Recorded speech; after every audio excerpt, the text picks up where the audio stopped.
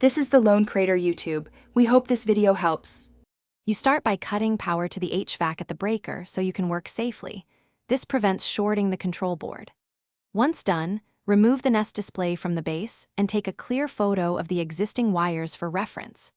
With a screwdriver and multimeter, open the furnace access panel and identify the R24V hot and C common terminals on the control board.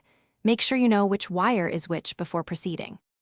Next, you either attach the Nest power connector to the control board or confirm the existing C wire is connected. This is how the Nest receives continuous charging.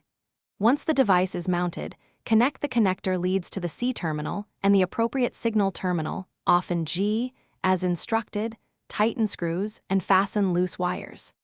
After securing everything, reattach the Nest to its base, but do not restore power yet. Double-check wire routing and terminal tightness to avoid intermittent charging.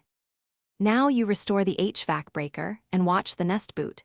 The thermostat will draw low-voltage power from the C wire or power connector to charge its internal battery, which can take 30 to 60 minutes for a meaningful charge. You should go to Settings, then Technical Info, then Power to confirm voltage, and that charging is occurring.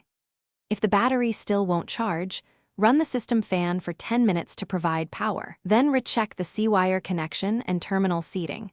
Poor contact is the usual culprit. Thanks for watching. Consider subscribing if we helped you.